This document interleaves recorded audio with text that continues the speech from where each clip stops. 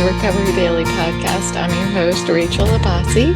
I'm a grateful recovering alcoholic and stroke survivor. And today I wanted to talk about emotional maturity. It's a note that I took yesterday, and I was like, my note said, emotional maturity can be cultivated. And so I wanted to talk through like what is emotional maturity?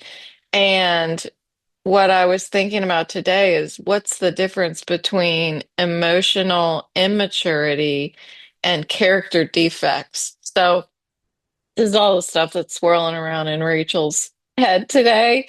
So I thought I would talk about that.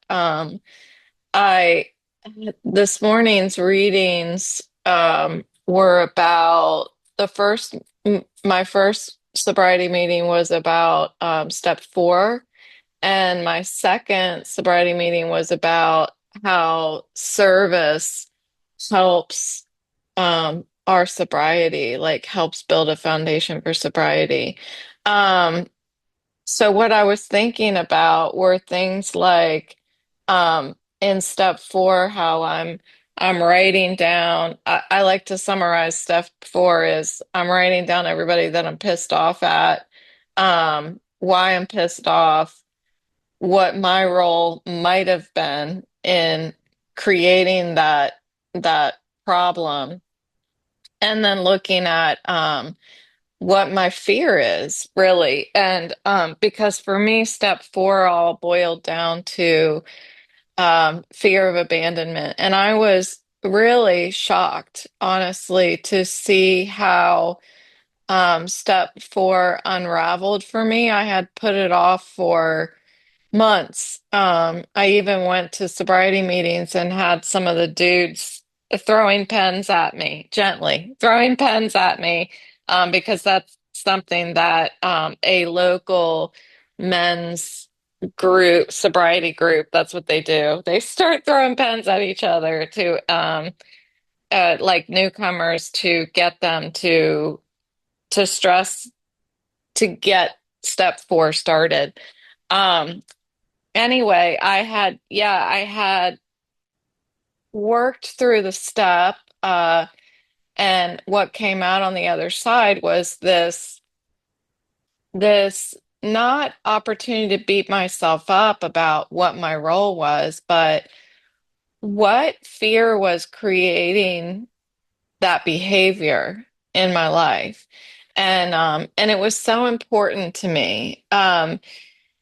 I think that that's what emotional maturity is. I think that it's being able to look inward and see um, what's going on beneath the surface. What is the stuff that is happening between my ears?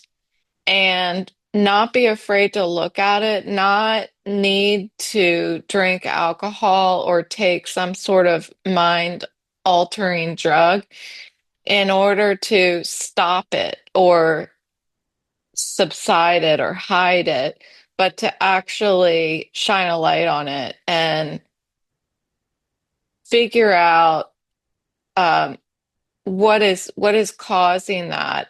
Like I was talking about yesterday, is there some sort of previous trauma that's eliciting those thoughts? And how can I manage that? Is it something that I can easily talk about with somebody from my past, or is it something I need to go seek professional help? And sometimes, I just seek professional help at this point because I have needed to so many times in my life that it's like at the point when something starts bubbling up, um, I know it's time for me to talk about it. And I've never been able, not any talk therapy has led me to this point where I've been able to recognize that I have some sort of and I don't mean to laugh about it, but it's just I want to blame what's wrong with me on something, and there's nothing to blame. It's when I face difficult situations, I have a lot of fear and anxiety and depression. And that that matters that I look at it because it impacts my relationships. It impacts my decision-making skills and it impacts my overall well-being. So, um, there's so many personal experiences I have looking back on. I'm almost ashamed. I'm not almost ashamed. I'm ashamed of how I reacted in a lot of situations over my lifetime. But I need to look at them not because I need to elicit that shame, but because those experiences allow me to recognize what my emotional triggers are. Like, what were the events in my life or the interactions that elicited strong emotional responses? And if I can recognize what they are, and that's what talk therapy does for me, is it allows me to bring forward some of those things and be more self-aware as to what are reoccurring triggers. And when I'm able to identify what they are and recognize in my daily life, oh, here it is. This is this is something that I've experienced so many times in my life, and this is how I always react. Um, I can stop myself. I can pause before I react, and I can do something, whether it's take a deep breath like I just did, whether it's sit down and meditate for 10 to 20 minutes. By the way, I have not yet meditated for 20 minutes. I said I was going to do that and I haven't done it. Um, so that's just another thing I have to do. Sorry, it's morning time. But I can recognize when I'm in one of those situations, pause, do something inward to like calm myself down. And just that time period between reacting and responding allows me to, I say this all the time, to acknowledge what the emotion is and give it a name. Whether it is one of your primary emotions or one of the secondary or tertiary emotions, which you lifetime listeners know, I refer to emotions as a color wheel. And sometimes they can be very complex. They can be a combination of multiple emotions. And the longer I pause, the longer it allows me to decipher what are all the different colors that went into the emotion that I'm feeling. And that pause itself allows me to prevent a regrettable reaction. Um, it allows me to not only pause in order to look inward, but also pause and look at the other person and acknowledge everybody is sick in some way. Like, that phrase has helped me immensely over the past couple years. I mean, the past 2 years specifically, um, for me to be able to recognize, like, I'm not the only one that's got some issues between my ears. Like, we all have our own emotions and struggles.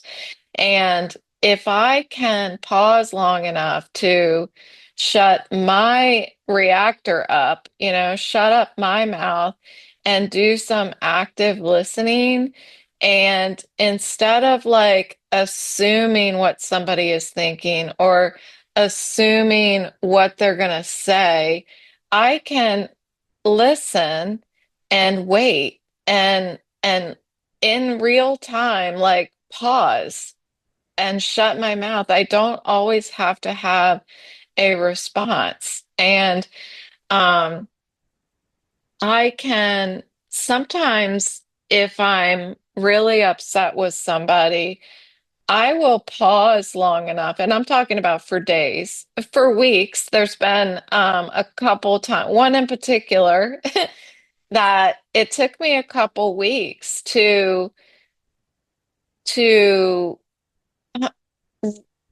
I was like generating a story for myself about what this person's life may be like that would cause them to behave in a certain way that was hurtful to me.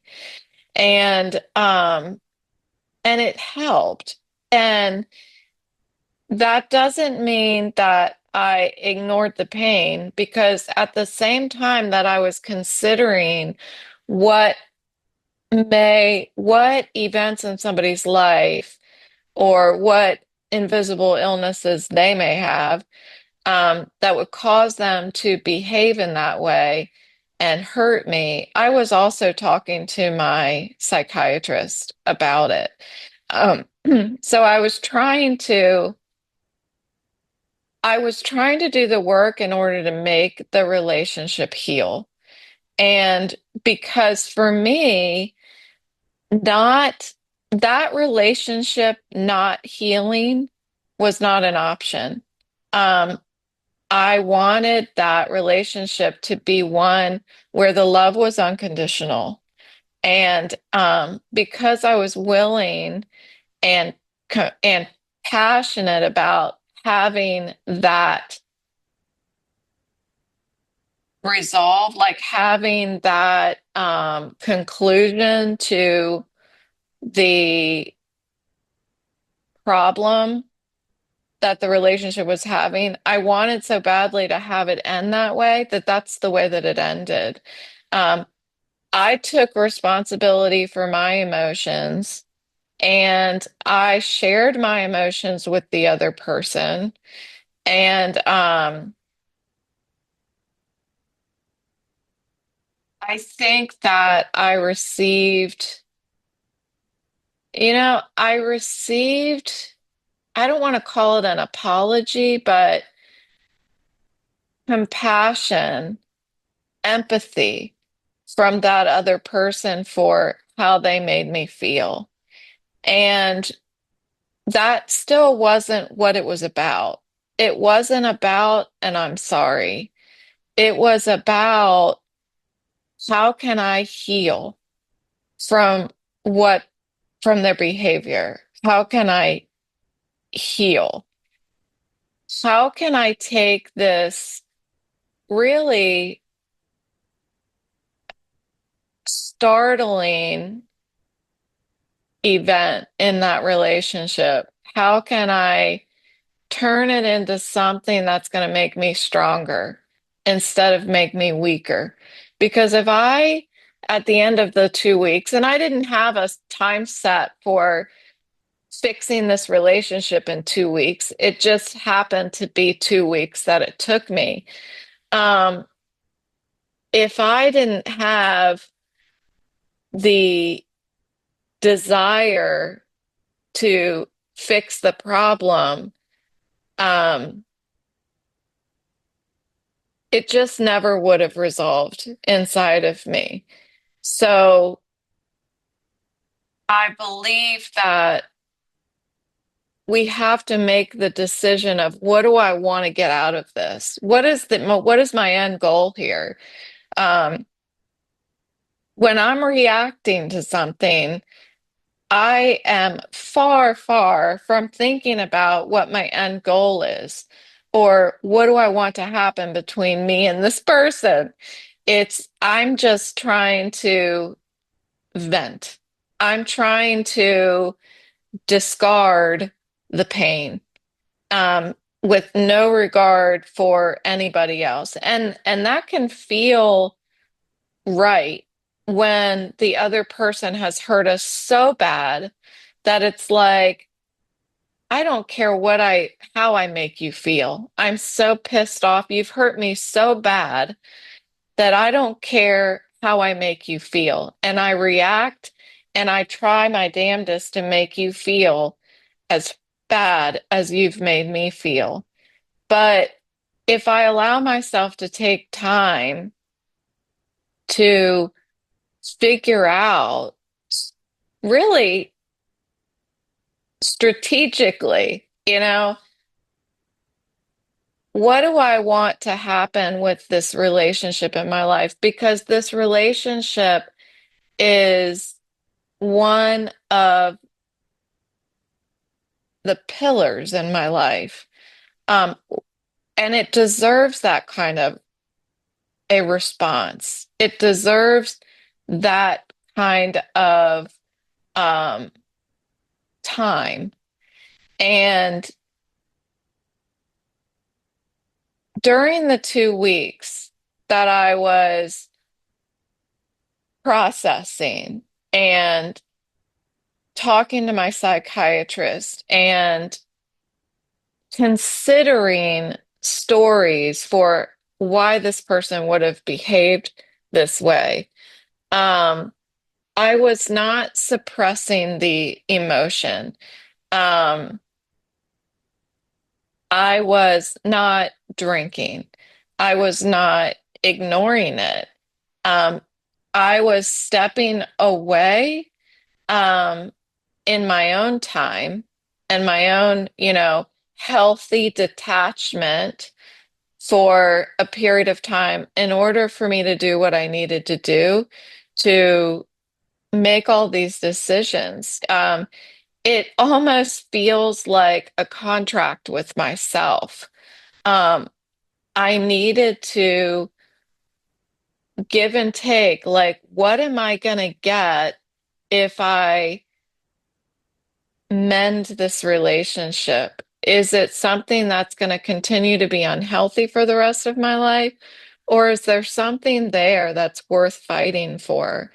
And for me, there was something there worth fighting for. And I did not continue to have unhealthy exchanges, emotional exchanges with the person over that time. Um, I was really fortunate to have that person be somebody who was willing to just listen and not try to make excuses for the behavior or anything like that. So, sometimes it doesn't always work out that way. Um, some helpful tools for me, I did therapy during that time. It just so happened that I was seeing a psychiatrist during that time. But if I wasn't seeing a psychiatrist at that time, journaling would have been really helpful to me. Um, I was doing the podcast at that time, but it was something so personal that I didn't share specifically what the problem was in my podcast. But I did on the side work with my sponsor, talk to trusted friends and family members. Um, and then for me, like meditation is an more of an active, I mean, I think meditation is an active thing. Um, we're purposefully centering ourselves and grounding ourselves.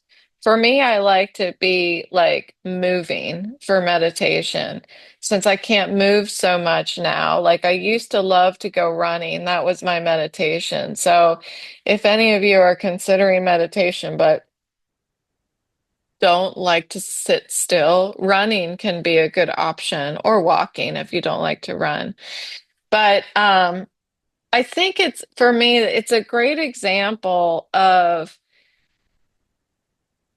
emotional maturity. I mean, that sounds like I'm bragging about myself, but I guess I am just acknowledging that and patting myself on the back for if I had been dealing with the same situation when I was drinking, I was so emotionally immature. I would have been trying to change the other person. And that's something that I know that I can't do. I either have to accept somebody for who they are, or I need to detach from them. And I don't mean that in an unhealthy way. I mean, I would communicate to them, having you in my life is not healthy for me. And I've made the decision that I don't want I don't want you to be in my life. And I get the I'm allowed to do that. If somebody is abusive, um, for example, I get to make the decision that they're not allowed in my life. I don't have to allow somebody to treat me that way. And I only know that after years of working the steps and seeing that I deserve to be happy and I deserve to be treated respectfully. I deserve other people to be patient with me as much as I get to do the work to be patient with others. But this kind of um, emotional maturity has taken a lot of action. It has taken a lot of experiences for me to go through. And sometimes they're little tiny exchanges with somebody where, you know, how you'll like be in a conversation with somebody and then afterwards, when you walk away, you're like reimagining, like, what did they actually mean when they said that? Would they, and then all of a sudden you're offended, or all of a sudden you're pissed off. You weren't pissed off when they said it, but when you walk away, there's something like boiling underneath the skin, and you're like, I don't think that that was very nice, you know? Um, I I have had a lot of those where after the fact, I'm still allowing that emotional immaturity to take over. And I start telling myself stories in a bad way about what did they actually mean? What do they think of me? And by the end of the day, I'll have this whole story about how much of a nasty person they are. And it doesn't have to be that way. Emotional maturity is about, also, like I talked about yesterday, it's about grounding myself and recognizing like what is the difference between what my emotions are and reality? Because I can be completely irrational. A lot of times I can be completely irrational.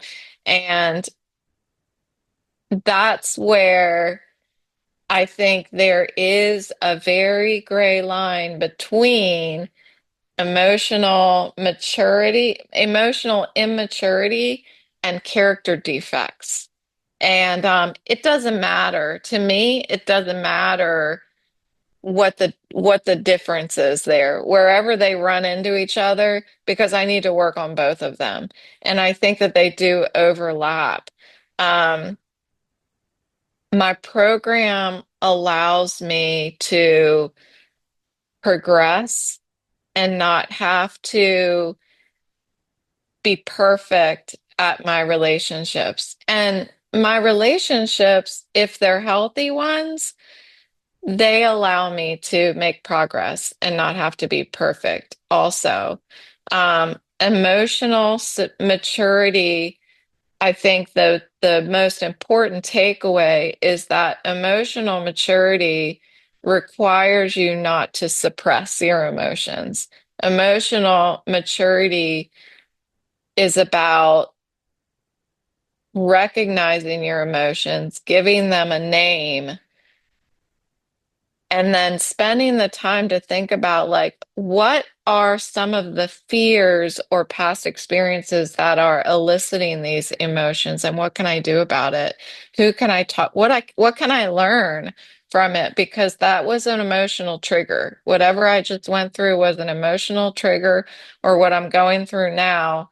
So let's like take it apart, peel the onion back and figure out because if I can work through it and make this experience, this emotional trigger, work in my favor in order to learn something from it, then the next time that same emotional trigger presents itself, I'm going to know what to do, and I'm going to be able to respond better and get back to my happy place so much faster. So that's it. That's what I have for you today. My mom and my sister are coming to visit me today. We're gonna have some fish mulligan. Is what I made. It sounds like such a unappetizing name for a soup, but it's really good. It has cod and green peppers and onion and potatoes and parsley. It's pretty good. It's I got it out of this cookbook that I have that I may have mentioned before. It's like from the 1930s. And it's so old. This cookbook is so old that it's falling apart. We ordered on Amazon used. We thought it was new when we got it, but it was far from new when we got it. And there are ingredients inside this book such as hardtack. That's how old it is.